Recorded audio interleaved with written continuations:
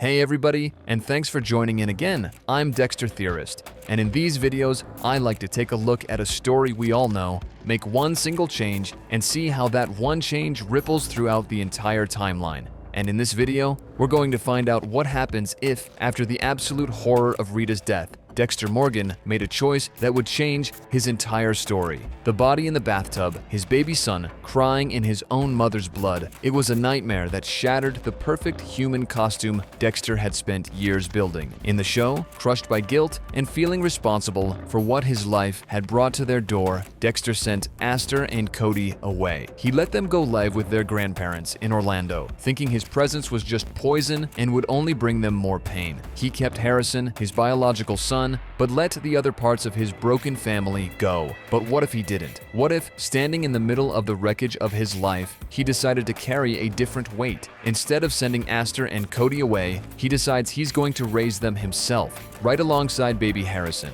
How would this single father, who's haunted by his dark passenger, even begin to handle raising 3 grieving kids? And how would having a preteen girl and a young boy around 24/7 completely change the path of a serial killer? That's what we're here to find out today. And before we get started, if you can leave a like on this video to support the channel, I'd appreciate it. And also comment down below your favorite Dexter Morgan one-liner just so I know it's real. And with all that out of the way, let's get into it. The first few days are just total chaos, grief, confusion, and all the overwhelming paperwork and logistics that come with a death. In the canon story, Dexter's response is to lock down and control everything. He plans the funeral, he manages the family, and he sends the kids away, all while his own world is completely falling apart. His thinking is cold and simple. He is the cause, so he has to remove himself from the equation to keep them safe. But in our timeline, something else happens.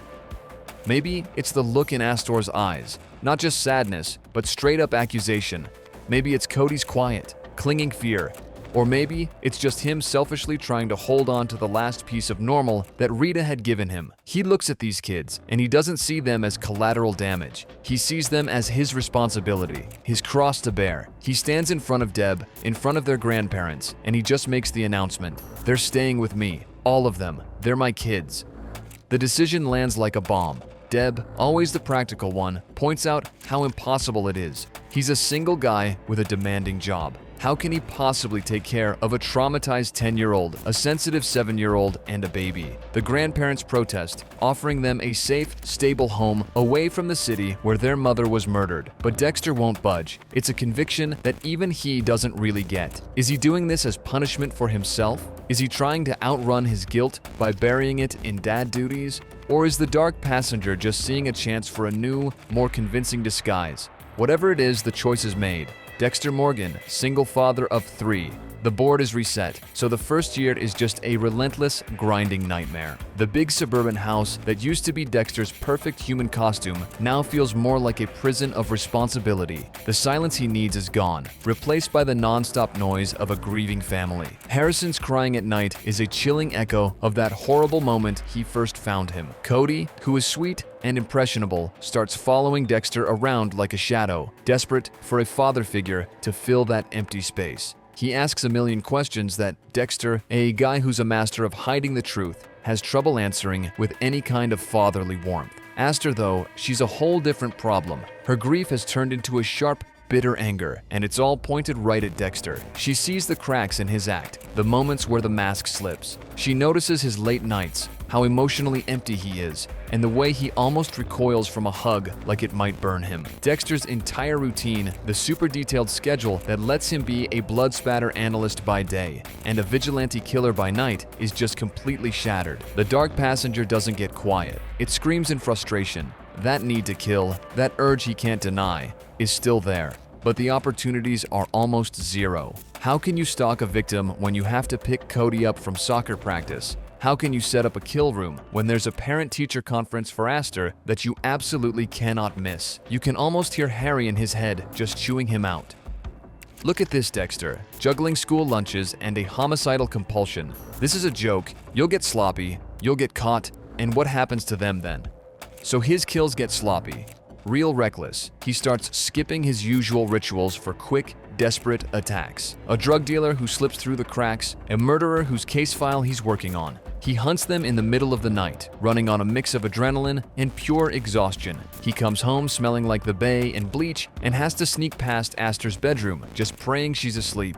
He starts making mistakes, a footprint he leaves behind, a witness he didn't see. The precision that's kept him safe for so long starts to fall apart under the weight of his new life. Deborah basically becomes the glue holding this fragile family together. She's over at the house all the time, a tornado of tough love and frantic energy. She's the one who shows Dexter how to warm a bottle, right for Harrison, who helps Astor with her homework, and who takes Cody to the park when Dexter is just a million miles away in his own head. She sees her brother is struggling, that he's drowning, and her big sister instincts are in overdrive. But she also sees how weird things are, the inconsistencies. She sees how tense he is, the way his eyes are always scanning for threats. Her helping out isn't just her being nice, it accidentally becomes a kind of surveillance. She is closer to his life than she has ever been, and because of that, she's closer to his secret than ever before. The house itself becomes a total minefield. Dexter's sanctuary, his slide box of blood trophies, has to be moved and hidden somewhere way more secure.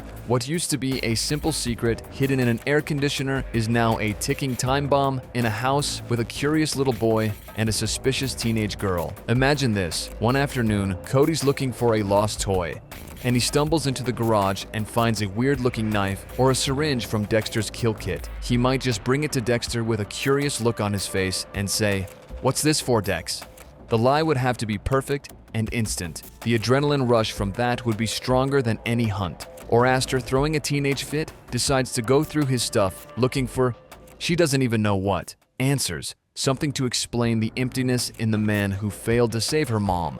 What if she finds a weird GPS tracker or a map with a spot marked that has nothing to do with a crime scene? These close calls start happening all the time, and each one eats away at his composure, making Harry's warnings feel more and more real. He's not just protecting his secret anymore. He's trying to hold back this tidal wave of family life that could expose him at any second. He wanted to be a father, but he's learning that being a dad and being his kind of monster just don't mix. This whole new reality forces a change in how Dexter thinks. The code of Harry was made for a lone wolf. It was about satisfying the urge while keeping the risk low. Now, there's a new, unspoken rule. Protect the children, not just from the world, but from him. This shows up in strange ways. In the show, Dexter once killed a pedophile who was stalking Astor, which was a rare time he broke his murderers only rule. In this timeline, that protective instinct is cranked up to 11. He becomes hyper-aware, seeing threats to his kids everywhere. This isn't just about the code anymore. It's a twisted, messed up form of love, which is the only kind he knows how to give.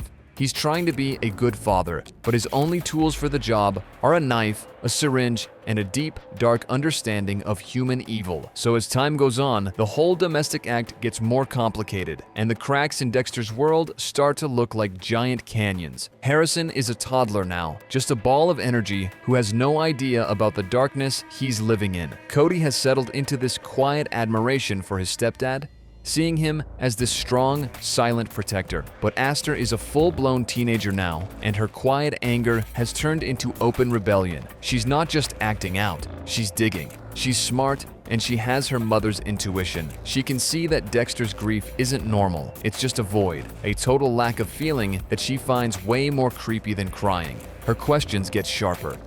Where were you really the night Mom died? Why do you have to work at 3 in the morning? Why don't you ever talk about your past, about your real family?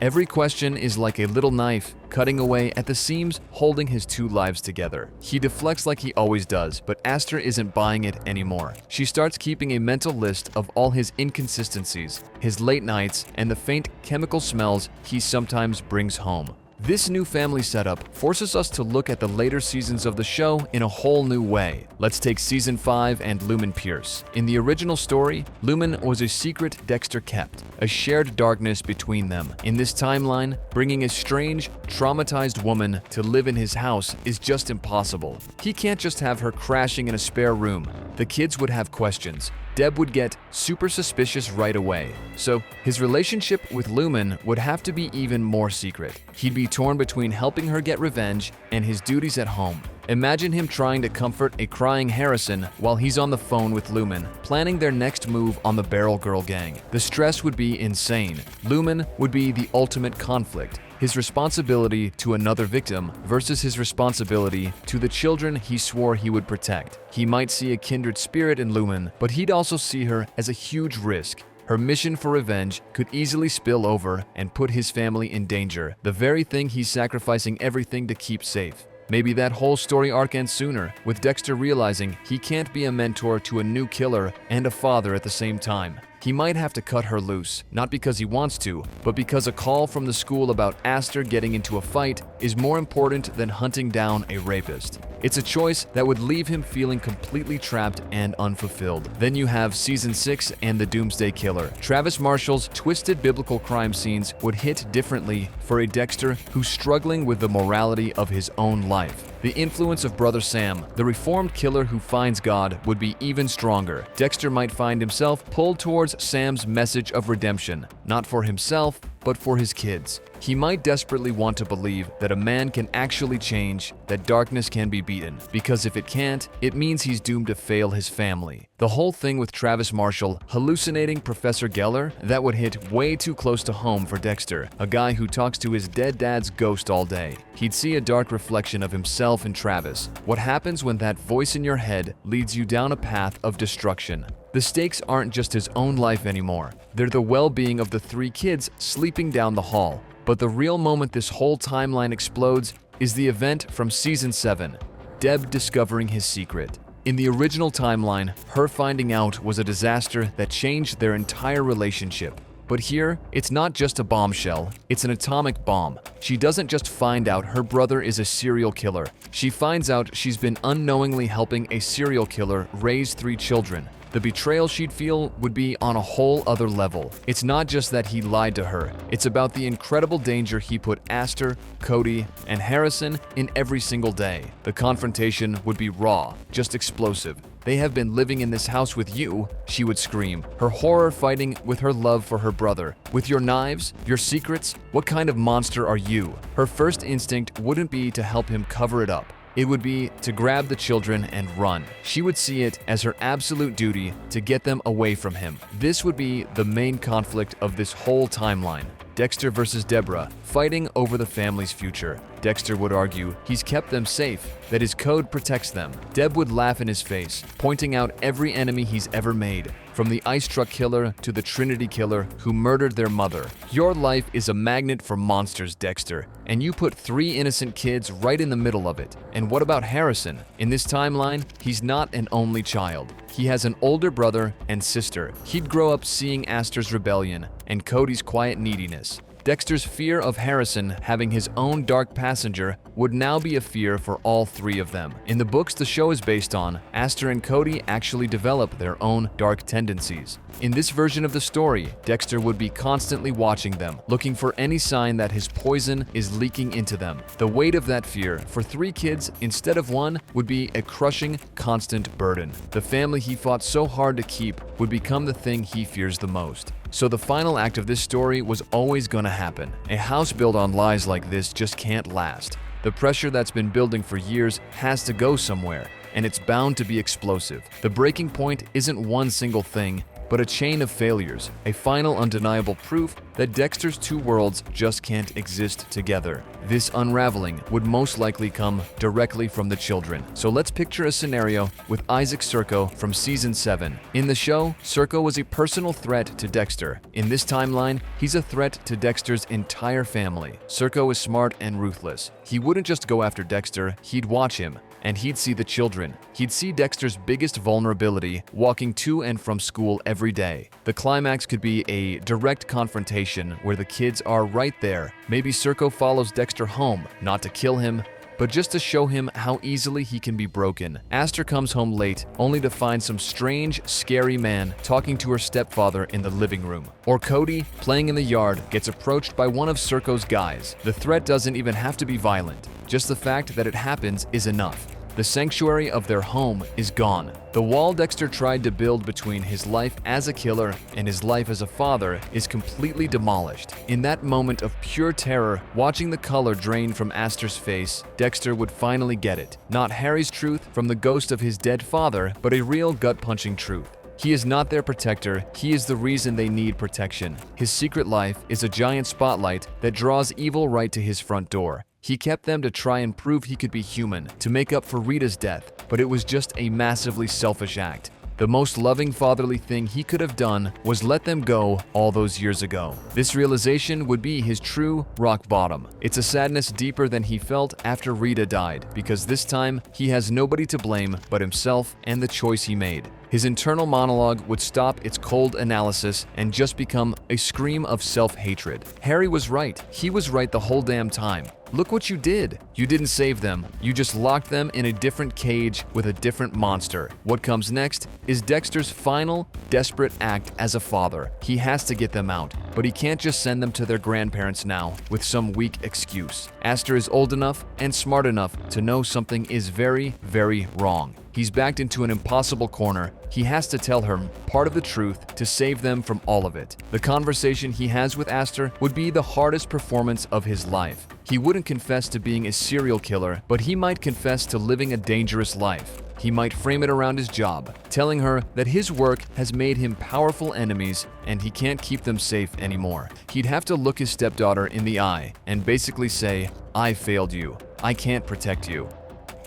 For Astor, who has suspected a dark secret for years, this half-truth would be heartbreaking, but it would also confirm all her fears that their life was a lie. He makes the call to their grandparents in Orlando. This time, there's no fighting it. He gives up control, he packs their bags, and the act itself is like a quiet ritual of surrender. The goodbye would be stiff and painful. A hug for Cody, who doesn't get why he's leaving. A long, silent look with Astor, with a whole ocean of things left unsaid between them. And a final kiss for Harrison, who he leaves with Deb, making her promise to check on Astor and Cody and make sure they're truly safe, free from his influence forever. With the kids gone, the house is just a hollow shell, a monument to his failure. The quiet he used to crave now feels like a tomb. The dark passenger has what it always wanted: no more interruptions, no more family duties. But the victory tastes like ash in his mouth. He has finally cut all his human ties, proving Harry's darkest predictions about him were right. His own fate is now up in the air. Does he turn himself in? Probably not. Dexter's #1 rule is don't get caught. A more likely path is the one he took in the original finale, but for a completely different reason. He doesn't fake his death to escape his mess or protect himself from his son. He fakes his death as a final clean break, a last act of protection. By dying in a hurricane, he makes sure that no one from his past, not Serco's people, not any other killer he's ever crossed paths with, will ever go looking for the children. He erases himself from their lives so completely that his shadow can no longer touch them. He becomes a lumberjack or a truck driver, some anonymous ghost. But this time, his solitude isn't a retreat. It's a self-imposed exile, a life sentence of being alone that he serves for the family he could never really have. The story ends not with a whimper, but with a quiet, deliberate sacrifice. The final admission that the only way for Dexter Morgan to be a father was to stop existing. But that's just me. But now I want to hear from you guys. What did you think of this story? Was Dexter's desire for a family a real spark of humanity? Or was it just the best camouflage for his monster? By keeping Astor and Cody, did he give them a few more years of a broken family, or did he just steal their chance at a normal life? Let me know down below in the comments and I'll do my best to respond. Ultimately, this story of what if Dexter kept Astor and Cody is a tragedy about what Dexter wanted to be versus what he actually is.